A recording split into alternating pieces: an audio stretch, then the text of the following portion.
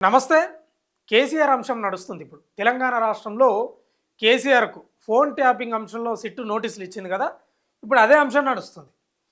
గురువారం గురువారం సిట్ అధికారులు నందినగర్ ఇంటికి పోయి కేసీఆర్ ఇంటికి పోయి నోటీసులు అందజేసిండ్రు. అదే రోజు కేసీఆర్ మళ్ళీ లేఖ రాసిండు. ఎవరికి? సిట్ అధికారులకు. నాకు వీలు కాదు, నాకు కొంచెం టైం కావాలి, మున్సిపల్ ఎన్నికలు ఉన్నాయి కాబట్టి కొంచెం టికెట్లు ఇచ్చే ప్రక్రియలో భాగంగా నాకు టైం కావాలని వాళ్ళకి లేఖ రాసిండు. అయితే నిన్న సిట్ అధికారులు సమావేశమై న్యాయ నిపుణుల సలహా తీసుకొని మళ్ళీ నిన్న రాత్రి 9:30 గంటలకు, అంటే 10 గంటలకు అనుకోరాదండి, 10 గంటలకు కేసీఆర్ ఇంటికి నందినగర్కి పోయినారు. నందినగర్ పోతే ఎవరు లేరు, మొత్తం లైట్లని బంద్, అసలు ఎవరు లేరు, పని మనుషులు ఉన్నట్టున్నారు లోపల అంతే. మొత్తం లైట్లు గీట్లు ఎక్కడికక్కడ, సెక్యూరిటీ కూడా ఏదో బయట నిలబడ్డాడు ఒకటో ఇద్దరు, లోపల పని మనుషులు ఇద్దరు ముగ్గురు ఉన్నారంట అంతే. లైట్లు మొత్తం ఆఫ్. ఈ సిట్ అధికారులు మళ్ళీ పోయి ఎవరిని డోర్ కొట్టినా రాలేదంట బయటికి. చీమ చిటుకు లేదు, సప్పుడ లేదు, ఏం లేదు. గోడకు అంటించిరట.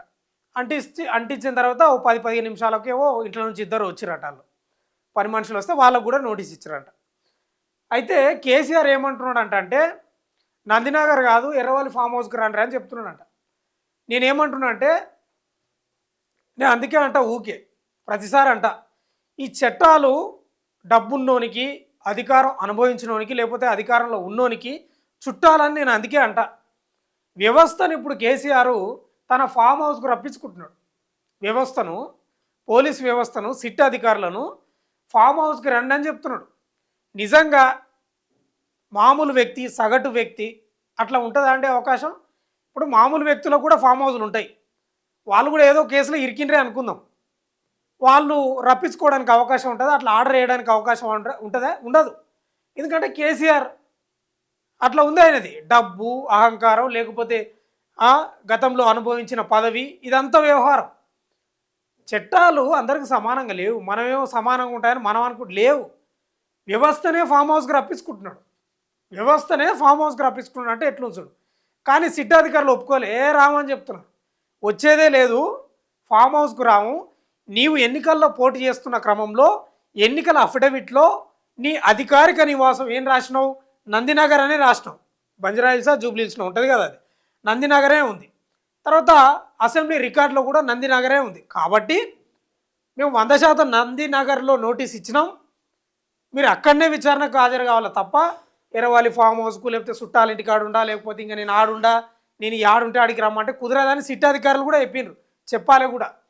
రేపు లీగల్గా ఇబ్బంది అవుతుంది ఎవరికి? ఈ సిట్ అధికారులకు. ఒకవేళ కోర్టుకు పోయారు అనుకో, కేసీఆర్ కోర్టుకు పోతుంది అనుకో, వాళ్ళ అడ్వకేట్లు వాళ్ళు పోయి ఏం చెప్తారు? అసలు నాకు నోటీసులే అందియలేదు అంటారు. నా అధికారిక నివాసం నందినగర్, నాకు నోటీసులు ఇవ్వలేదనే అంశం కూడా ఉంటుందని సిట్ అధికారులు చాలా లోతుగా ఆలోచించి నందినగర్లోనే ఇచ్చిండ్రు. నేనేమంటున్నానంటే, కేసీఆర్ అద్భుతంగా 10 ఏళ్ళు పాలించిండు.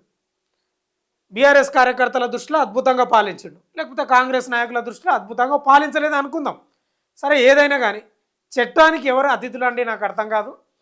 కేసీఆర్కు దాదాపు 65 ఏళ్లకు పైగా వయసు ఉంది.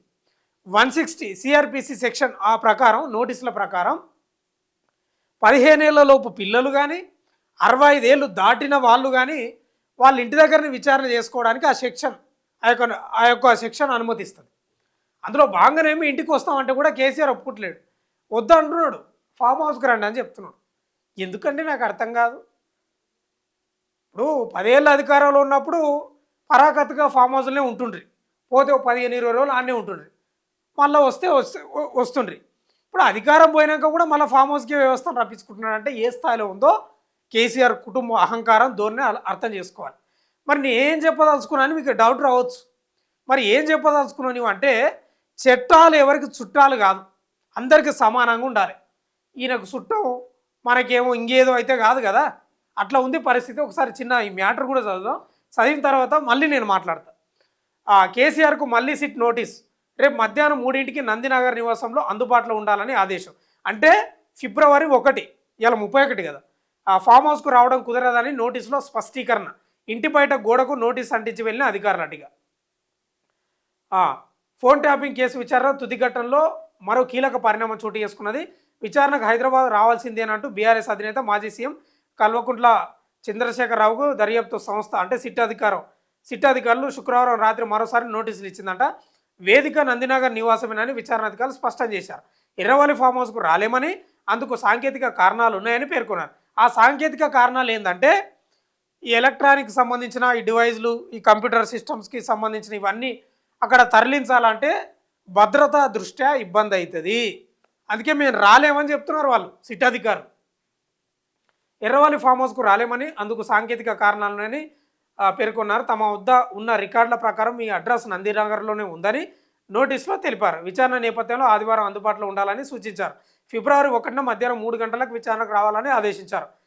నోటీసులతో వెళ్లిన సమయంలో నందినగర్ నివాసంలో ఎవరు అందుబాటులో లేకపోవడంతో మొదట గోడకు అంటించి వెళ్ళిపోయారు. తర్వాత మరోసారి వెళ్ళి అక్కడికి వ్యక్తిగత సహాయకులకు నోటీసు అందజేశారు.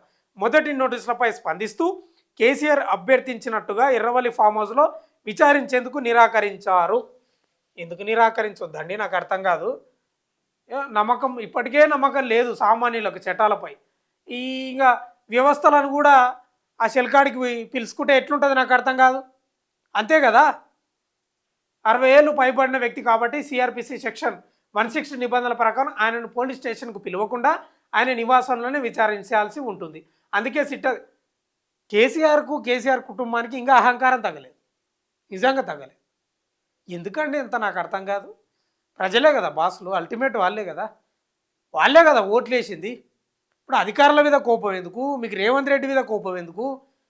ప్రజలే కదా మీకు అధికారం దించింది, ఇంకా అహంకారం తగ్గలేదు.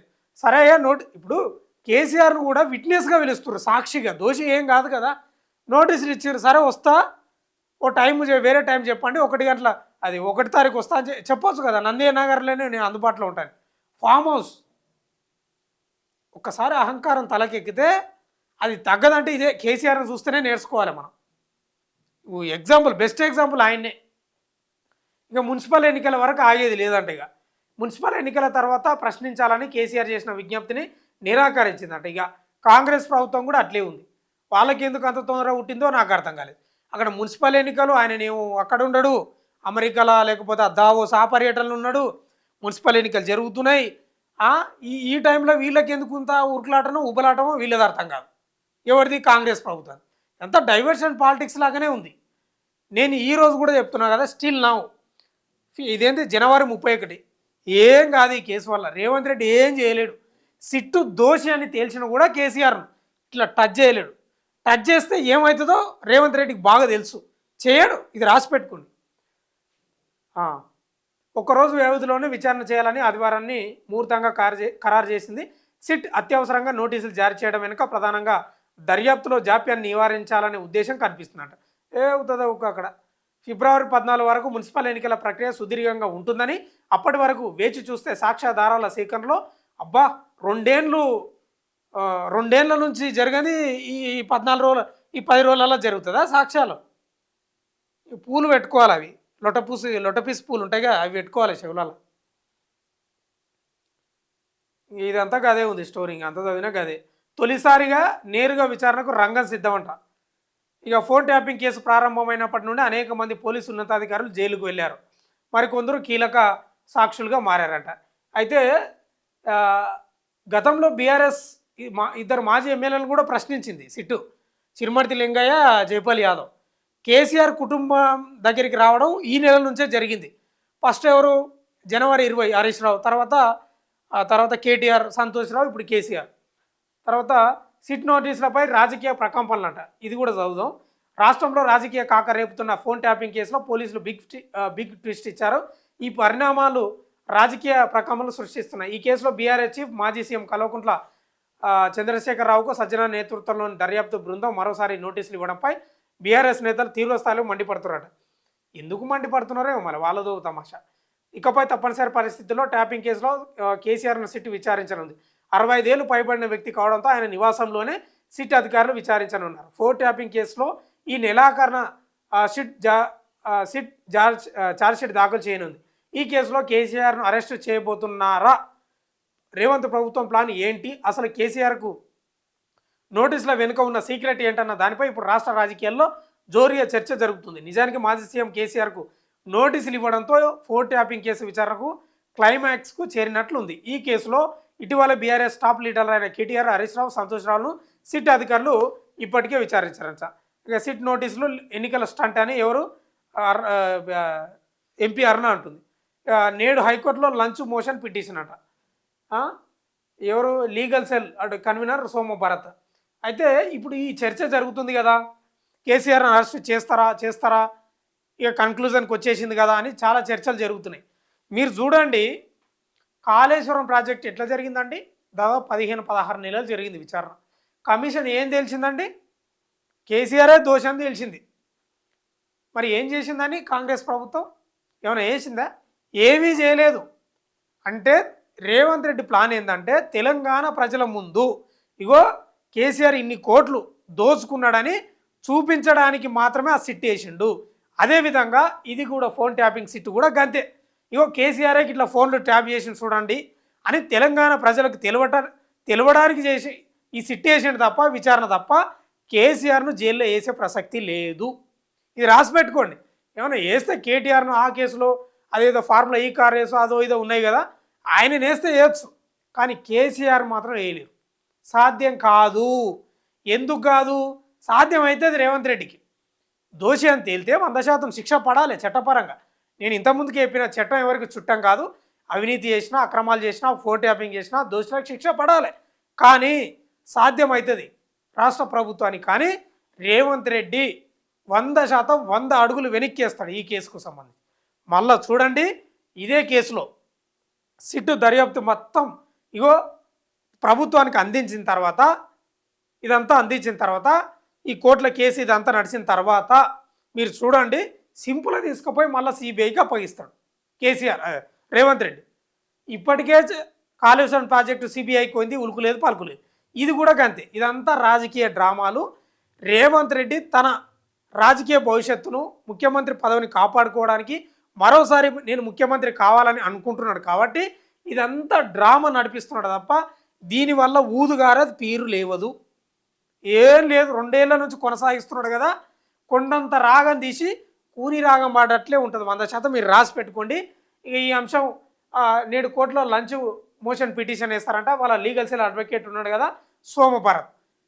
ఇక ఈ అంశం గురించి మాట్లాడితే ఎందుకంటే కేసీఆర్కి అంత అహంకారం? నిజంగా చెప్తున్నా కదా, ఈరోజు కూడా నేను గతంలో కూడా చెప్పిన, కేసీఆర్ గత 10 ఏళ్ళుగా పాలన మంచిగా చేయలేదని కాదు, హైదరాబాద్ నగరాన్ని అభివృద్ధి చేయలేదని కాదు, తెలంగాణ ప్రజలకు పథకాలు ఇవ్వలేదని కాదు, కేవలం వీళ్ళ అహంకారం వల్లనే తెలంగాణ ప్రజలు ఓడగొట్టింది. ఇది 100% నిజం. నేనంటున్న ముచ్చటనే కాదు, ఇది పొలిటికల్ మేధావులు, విశ్లేషకులు చెప్తున్నారు ఈ మాట. 100% కేసీఆర్ అద్భుతంగా చేసిండు. సరే, ఏదో రకంగా అవినీతి అవి ఏ ప్రభుత్వం ఉన్నా అవినీతి ఆరోపణలు వస్తాయి, అది వేరే విషయం. కేసీఆర్ 100% చేసిండు. కానీ పొగరు, అహంకారం తలకెక్కి కుటుంబ పాలన ఎక్కువైపోయి ఈ కేసీఆర్ ఎట్లయిపోయిందంటే తెలంగాణకి ఇంకా 30 ఏళ్ళు నేనే బాస్, ఎవరు లేరు అని ఆ అహంకారం వీగడం వల్లనే ఇలా కేసీఆర్ను ఓడగొట్టి ఫామ్ హౌస్లో కూసబెట్టింది. అయినా కూడా కేసీఆర్కి అహంకారం ఇంకా తగ్గలేదు, ఇంకా దిగలే ఆ మత్తు. అది దిగనంత వరకు మన ఇంకా ప్రజలే వాళ్ళే తెలుసుకుంటారు ఏం చేయాలనేది. ఇప్పటికైనా దయచేసి అహంకారం తగ్గించుకోండి. ఆ వ్యవస్థను ఆ సెల్ కాడికి బాయ్ కాడికి ఎందుకు రప్పించుకుంటావు? నందినగర్లో నీ అధికార నివాసం ఉంది కదా, ఆడికి వచ్చి చట్ట ప్రకారం నీకు విలువని ఇస్తున్నారు. 160 సిఆర్పిసిపి సెక్షన్ ప్రకారం ఇంటికాడనే విచారిస్తామంటారు కదా, నీవు సెల్ కాడికి ఎందుకు రమ్మంటున్నావు? ఈ అహంకారం తగ్గించుకో ఫస్ట్. ఈ అహంకారం తగ్గించుకొని నేల విడిచి సాము చేయకుండా ఓడగొట్టిరు కదా ప్రజలు, ఆ బుద్ధిని తెచ్చుకోండి. ఇప్పటికైనా కొంచెం అహంకారం తగ్గించుకోండి అని ప్రజలు కోరుతున్నారు. ఇంకా ప్రజలు మాట్లాడుకుంటున్నారు, గుసగుసలు అంటున్నారు. ఇప్పటికి కూడా తగ్గలేదు కేసీఆర్. ఇది ఈ అంశానికి సంబంధించి ఏదో పెద్దగా అవుతుంది. ఓకే, నడుస్తుంది ఈ అంశం. కేసీఆర్ అంటే టవరింగ్ లీడరే కాదనం. తెలంగాణ ఉద్యమకారుడు, గొప్పగా పోరాడిండు, టవరింగ్ లీడరే. 100% ఆయన గురించి చర్చ ఉంటుంది. ఇది ఏం లేదు, అవుతుంది ఏం ఉండదు. అసలు అరెస్టే కాదు, ఏం కాదు. మీరు చూస్తూ ఉండండి. మొత్తమే అయితే మరి కోర్టుకు పోతారంటే ఏం జరుగుతుందో చూద్దాం. ఫిబ్రవరి 1 తారీఖు సిట్ అధికారులు నోటీసులో పేర్కొన్న ప్రకారం అందుబాటులో ఉండమని చెప్పిండ్రు. ఏమవుతుందో వేచి చూద్దాం. మళ్ళీ ఒక న్యూస్ వస్తే మళ్ళీ మాట్లాడుకుందాం. చూస్తూనే ఉండండి మన తొలి వెలుగు.